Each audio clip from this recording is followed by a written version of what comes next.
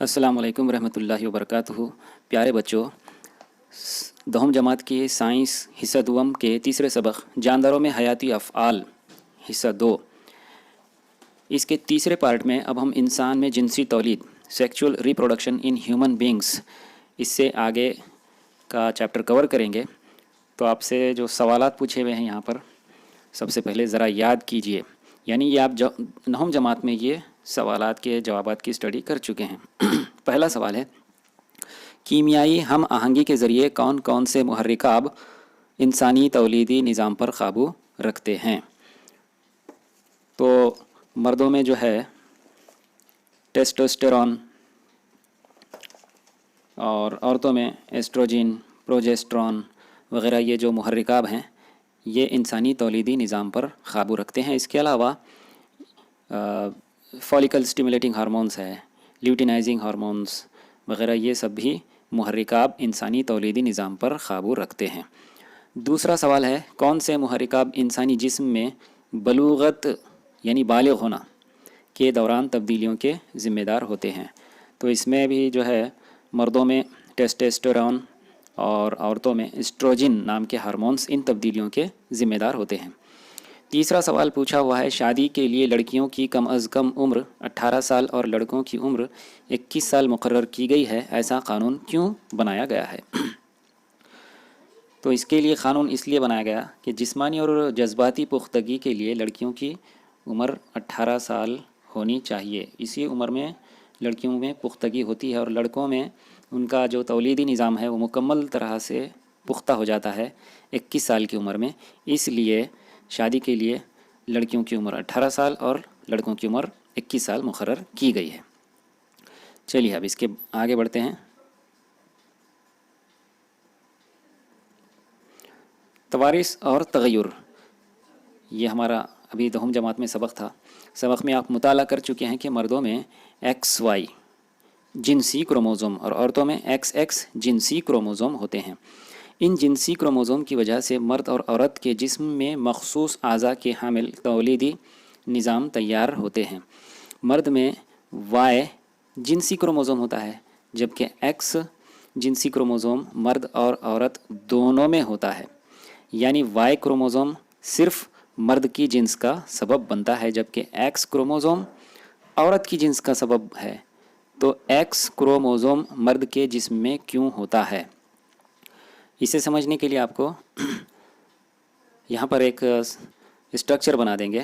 دیکھیے، عورتوں میں XX جنسی کروموزوم ہوتا ہے اور مردوں میں XY جنسی کروموزوم ہوتا ہے۔ تو انسان میں جو سیکس کا ڈٹرمنیشن ہوتا ہے یعنی جنس کا تعین، وہ اس طرح سے ہوتا ہے کہ عورت کا اگر X کروموزوم مرد کے Y کروموزوم سے ملاپ کر دے تو عورت کا X اور مرد کا X دونوں کے X، تو یہاں پہ جو پیدا ہونے والا جو نیا بچہ ہے وہ لڑکی ہوگی، ٹھیک ہے۔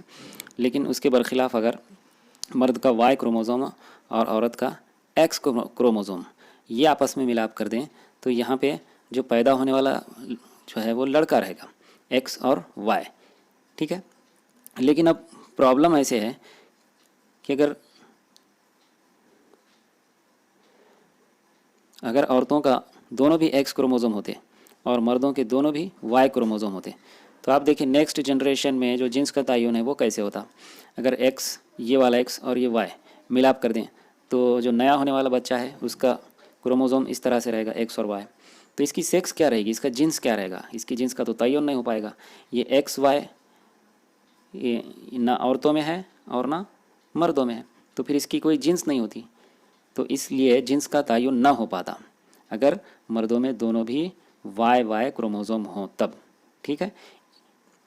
اس لیے مردوں میں بھی X کا کروموزوم ہونا نہایت ضروری ہے تاکہ انسانوں میں جنس کا تعین ہو، ٹھیک ہے۔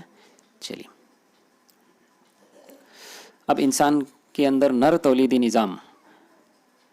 نظام کی یہاں پہ ایک فگر کے ذریعے سے ہم اس کو سمجھیں گے۔ چلیے